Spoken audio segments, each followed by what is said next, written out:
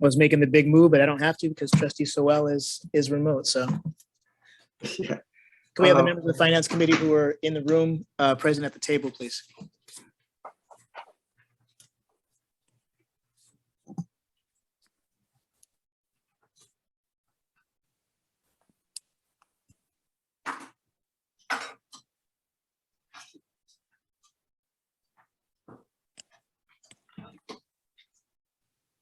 Good morning, everyone. And not being in the room to get us started, Ms. Harvey, welcome. I understand this is your first go round with us. Welcome to the bar, and welcome to the Finance Committee meeting. If I could get you to please sort of call the roll and call us to order. Sure. Broughton. Here. Delenn. Here. Saleg. Here. Dole.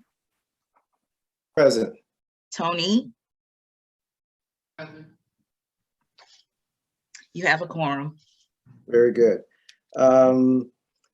If I could call for public comment, if there are members of the public that would like to address the bar on any of the items before the Finance Committee.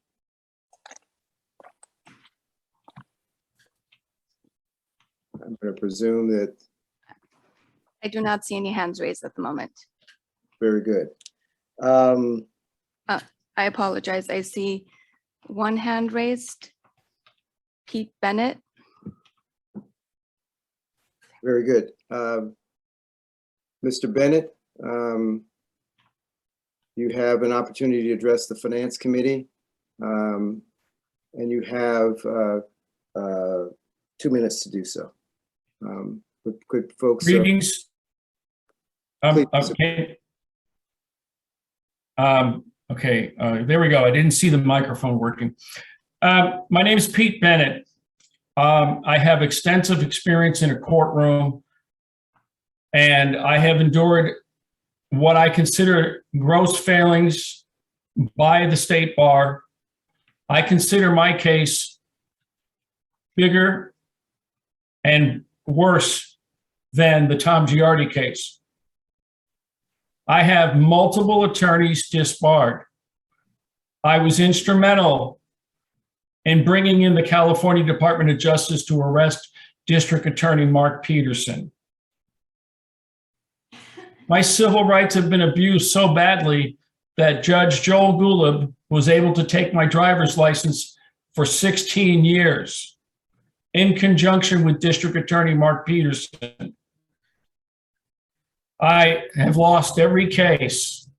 I have attempted to reach your agency or your organization. I have made many, many calls. And instead of me getting into a courtroom, I had one chance in 2020. They killed my attorney. You're spending the money in the wrong places.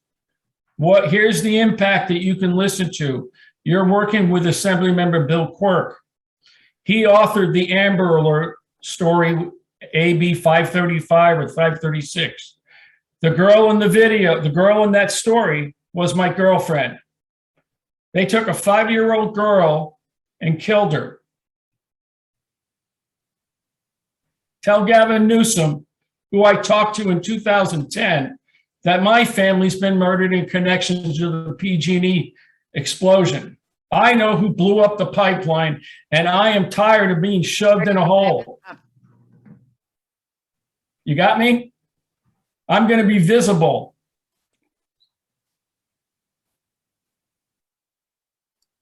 Appreciate your comments, Mr. Bennett.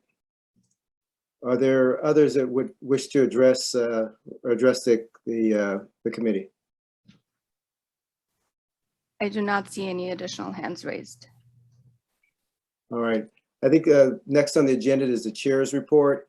And given Mr. Duran's admonition that we're running a little bit behind schedule, I think I'd just like to waive presentation on any remarks that I have today, other than to say, I think we have a pretty short agenda. We should be able to get through it relatively quickly. And with that, I think the next item on the agenda is our consent calendar. And I think the only thing that's before us at this particular point in time is the minutes from our February 4th or February 18th, 2022 meeting. Any member of the committee wish to make any amendments or modifications to the consent agenda? I move to approve. Mr. Tony, was that you move to approve? Yes. I can't hear very well on my end. I second. Very good. I think that was moved by Mr. Tony, then seconded by Ms. Dellen. Ms. Harvey, would you call the roll, please? Bratton, Yes. Delenn, Yes. Sleg, Abstain. Tony, Aye. motion moves. Carried. Very good. Very good. Next on the agenda is approval of financial statements. And I think these are the Q3 financial statements. And Ms. Montoya Chico, I will allow you to proceed, please. Yes, so good morning, Finance Committee members. I will be making a presentation today, so let me share my screen and let me know once you see it. And I will start my presentation.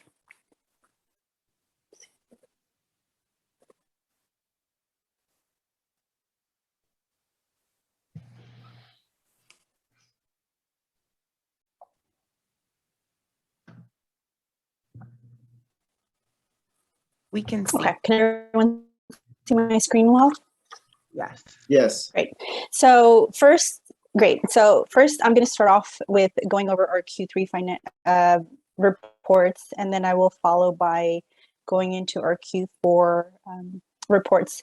So this for Q3, I'll start off with Q3, and I will go over the financial statement reports, and then do a high-level overview of our investment report and our client security fund report. So first off, this is our balance sheet highlight that shows year-over-year changes for the 9 months ended September 30th, comparing to the prior year. I will note that this slide only shows some, not all of the balance sheet line items, with the most significant variance.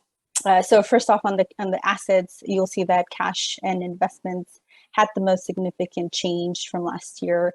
And that's on the cash side, that's mainly really driven by our loan that we obtained in August, as well as some of our investments that are continuing to mature, so that cash is being put back into our checking account.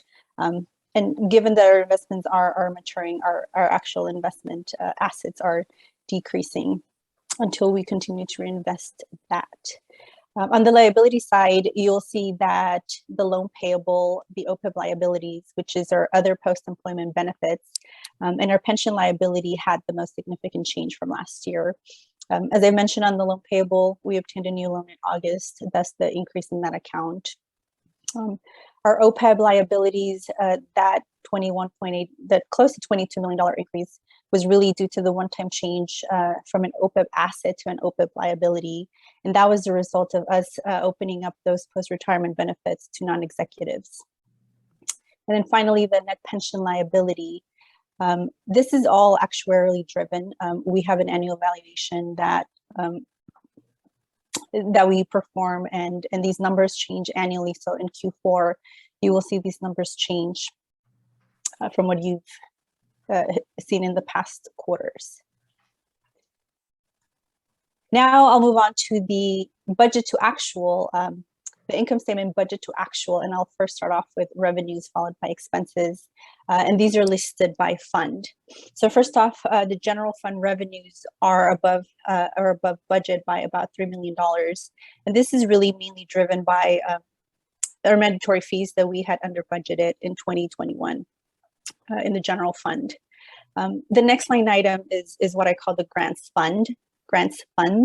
So this is composed of the Legal Services Trust Fund, the Equal Access Fund, and the Homeless Grant, which is which is includes the Homeless Prevention 2 grant program. Now, all of these grants, the significant decrease from budget you see here of close to $17 million, that's really all due to the allocation of revenues of these multi-year grants.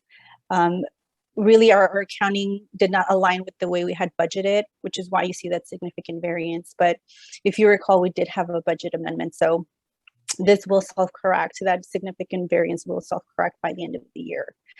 Now, moving on to the admissions fund revenues, those are slightly above budget by $1 million. And that's really mainly driven by two items. One was our exam fee revenues, and second was our moral character fee revenues.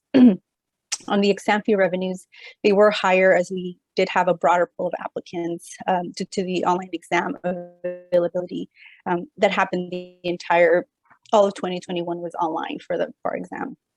And similarly for the moral character fees, besides reducing the passing score, we did have more applicants able to sit for the exam since it was online, and that impacted in a good way our revenues for admissions fund. Now moving on to our budget versus actual expenses. First, the general fund, you'll see that our expenses are below budget by close to $5 million. And this is mainly due to our personnel savings that we had from staff. And those savings were slightly offset by an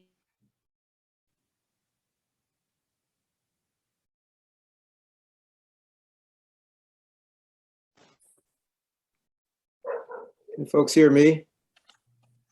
Yes. I think we may have lost. Can you guys? We can hear you now, Araceli.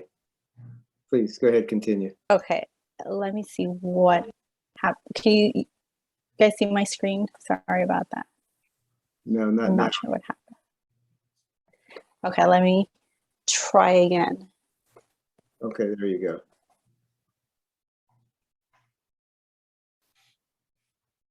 go. Okay. Sorry about that. I'm not sure if it's my internet or what. So I think I was in the admissions fund expenses. Where are we? Those are lower from budget by close to $5 million. And as I've mentioned on the revenue side, a similar explanation is for the exam expenses. Because we did have all of the online bar exam in a remote format, we had savings there. As well as some personal savings from staff vacancy. So that helped in our admissions fund expense savings from what we had budgeted. And finally, for the client security fund, those are also below budget by close to $2 million. And that's really mainly driven by just less payments made as fewer applications were processed than we had anticipated for the period. So now I'll move on to our investment report highlights. Most of our investments are sitting in Wells Fargo highly rated securities, and a big portion is sitting in our local agency investment fund, or our LAIF account. So the total market value as of Q3 for the 9 months ended Q3 was about $131 million. A big portion of over 50% of our investments is actually sitting in our LAIF account. And that's about $75 million. And this is part of the California Pooled Money Investment Account, which is also known as PMIA. And those rates the interest rates that we're getting are continuing to decrease quarter over quarter, but also year over year. So this slide here just shows you a high level overview of all of our investments. You see that in Wells Fargo, we have our commercial paper, our investments in commercial paper, government bonds, and corporate bonds. Those are the common type of investments that our policy allows us to invest in. Something new that you'll see here that you haven't seen in prior quarters is that Bank of New York Mellon investment. BNY is our custodian for the loan proceeds we obtained.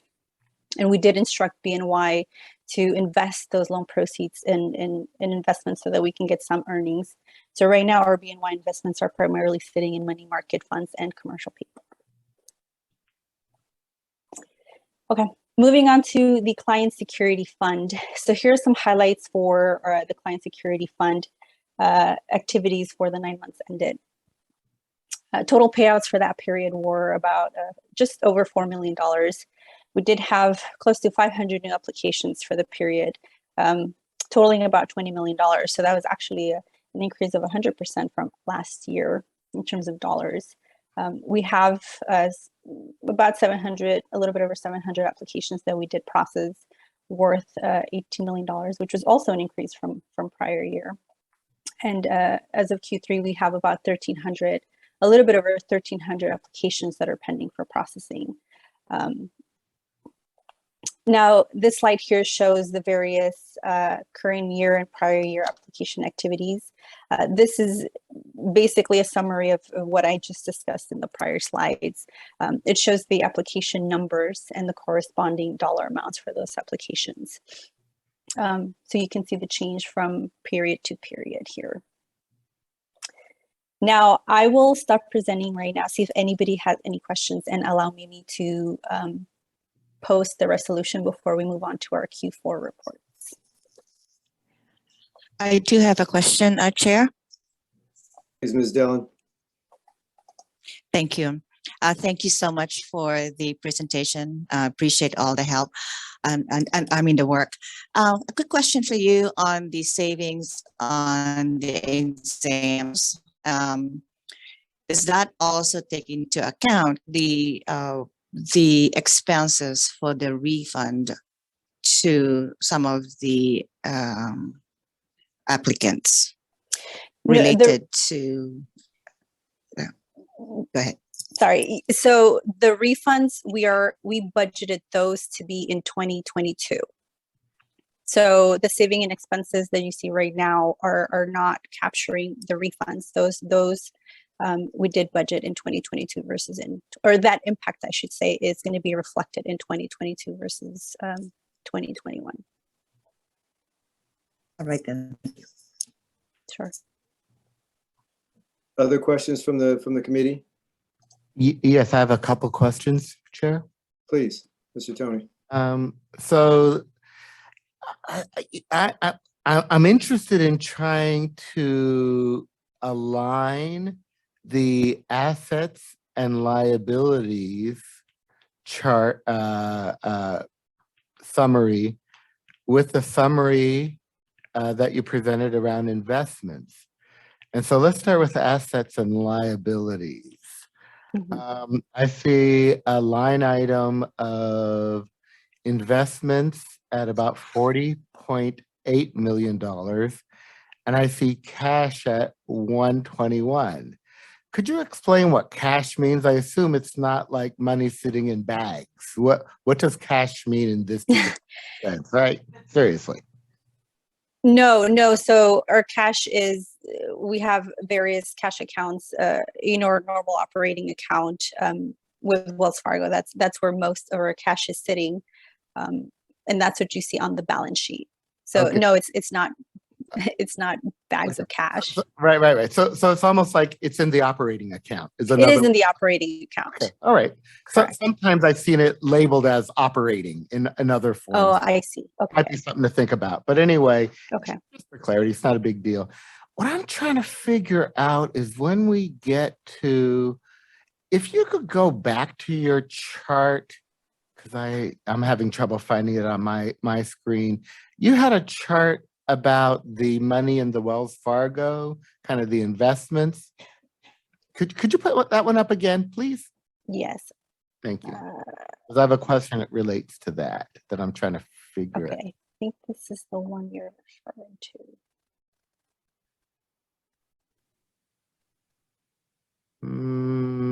Was this the one? No. Maybe. You know how it is. It's small enough. No. It was another one. It had like a number of 131. Oh, Sally, I think there's one before this, so that might be the roll up to, yes, that one. This one? Okay, so I guess what I'm trying to figure out is the total market value of $131 million. When I look at the the assets chart, I don't see the 131. I'm having a hard time. I see 121 in cash. Well, actually, in terms of investments, I see 40 million in investments, 40.8. But on this page, I see 131. So help me understand the difference between those two. How Okay, the I numbers- think I understand your confusion, and maybe I will I'm make confused. sure that maybe I will make sure that it's better clarified in our Q4 reports. The 40.8 million you see in cash, sorry, the 40.8 million you saw in investments in my other slide is the Wells Fargo investment.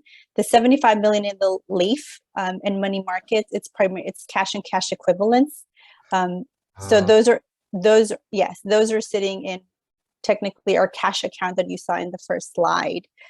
They are money markets, which are, from an investment perspective, are cash and cash equivalents. Yeah. And I think that's where the discrepancy that you're seeing is. Okay. All right. Thank you. That helps. I'm good with that. Thank you. Okay. Other questions from committee members? I have just one quick one, and that is, in looking at the investment report, obviously, the yields are sort of all over the map, but very minor. And I'm wondering, is there any sort of discretion that you have in terms of where we are investing money? The CFO does have the discretion to make investments wherever I see fit. However, all of these investments are very per our investment policies. Our options are very limited. I should say are very limited. They're very conservative. Very low risk, low rate return investments is what we are allowed to invest in. Our policy aligns with the California investment policy. So most of the type of investments we have, your commercial paper, your government bonds, your corporate bonds, they don't tend to have high yields in terms of those. So yes, I can invest in various types, but I am limited by what our investment policy is, and it's rather conservative. So it's hard to get investments that have higher rates of return than what we are allowed to invest in per our policy. I will say, Chair Soel, that CalPERS has approached us about a new investment vehicle that they have that I believe does align with our investment policy. They are trying to directly compete with LAIF. It's something that Araceli and I have been initially briefed on, and I think once the financial audit closes this year, Araceli will be able to turn to that to explore whether or not we might want to avail ourselves of this new option that is opening up for us.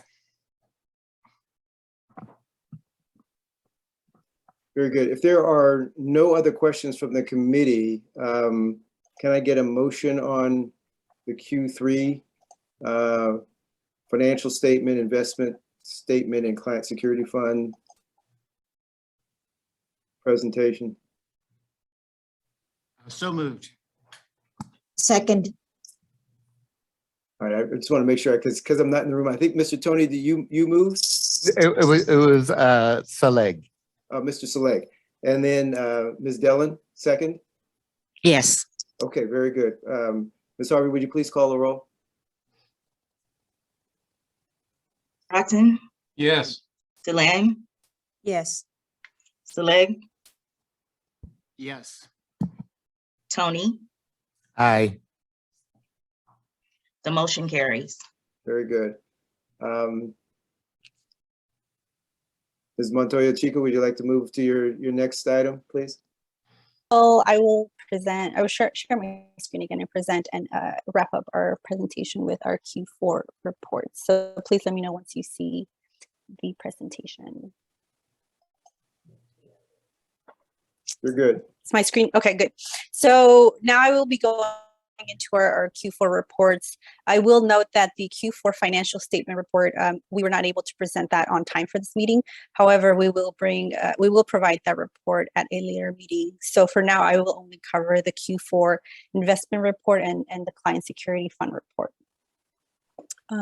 So, similar to Q3, there isn't too much change other than the market value of our investments as of Q4. You can see that it is decreasing from prior year, and it decreased from the Q3 market value. If you recall, it was around $131 million as of Q3. And this decrease in market value is purely due to investments that are maturing, that matured during the year, that I haven't yet, reinvested into other investment vehicles as of the end of the year. The LAIF rates, as you can see, are continuing to decrease significantly from last year, and it did decrease ever so slightly from our rate in Q3. So this is a summary of all our investments as of Q4. You won't see much of a change quarter over quarter in our LAIF investment, in our Bank of New York Mellon investments. Most of the change you will see will be in our Wells Fargo securities. So finally, here's some highlights on the Q4 client security fund. So for the year ended, total payouts for the year were about close to $6 million. We did have an increase in applications, new applications, worth about $31 million. So that was a significant increase of almost 150%, a little bit over 150% from last year. The applications we processed totaling about $23 million or so, and that was actually a decrease from last year. And applications that are pending for processing as of the end of the year did increase about 21% from prior year. So this is similar to Q3. This is just a summary showing the various application activities. You do see that we have, compared to last year, a higher number of applications received. Less applications were processed, and total payouts were less than last year. The Client Security Fund had anticipated that we would have a higher proportion of cases that would qualify for reimbursement in the latter half of the year. However, as you can see in the results, there does continue to be a higher proportion of applications that do not qualify for reimbursement. So that obviously impacts our payouts that we're seeing. And that is, I will stop sharing now to see if anybody has any questions and have maybe put up the resolution for Q4 reports. Any questions on the Q4 reports? This is Sean. So this might be more for Leah. Why do we think we have this significant increase in applications this year? And it looks like the dollar amount is quite a bit higher too. Well, I think for one, there was a decline that's been attributed to COVID. So there's a dip and now there's an increase, which is sort of back to normal. On the amount, I believe that there are a great deal of that can be attributed to claims submitted in relation to Girardi. We've had quite a number, and we've expedited payout on many of those claims. Okay, thank you.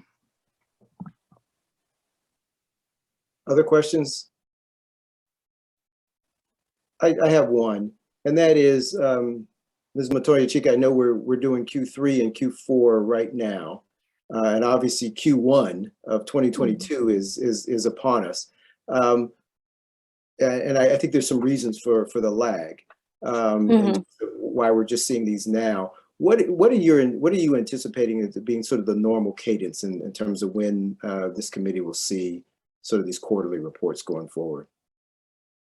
So usually when we, in our May meeting, I should be able to have for you the Q1 reports, and thereafter, with the transition in CFOs, we did delay the Q3 reports, and right now, due to the year-end close, we had to delay the Q4 reporting until our books were closed. But going forward, my goal is to be able to present to you timely each quarter reports, in the whatever the board meeting is following that quarter end. So hopefully by the May board meeting, we will be all caught up, and I will be able to present the Q1 2022 reports. Very good. So thank you for that. A motion on Q4? So Move. This is Sonia. Sorry. Second. Very good. Second. So Sonia, Ms. Dellin, and then Mr. Tony with the second. Ms. Harvey, would you call the roll, please? Bratton, Yes. Delang, Yes. Saleg, Yes. Tony, Aye. the motion carries. Very good. I think that concludes the business before the Finance Committee today. Oh, Mr. Chair, can I raise something? I apologize. With the minutes, Please. just after we voted, I realized there's a typo and my recollection of the portions of the meeting I was at last time. So if you look at the last item 3B, I'm listed both as voting aye and absent. But now I remember I was there and I voted. So just the notation of my name next to absent should be deleted. I have no problems with that. Is that something that can be done just sort of administratively, everyone? Yes. Very good. All right, Thank you. very good. I think we don't need a motion to adjourn, but I think we're I don't know if we're back on schedule, Mr. Chair, but the Finance Committee has concluded its business.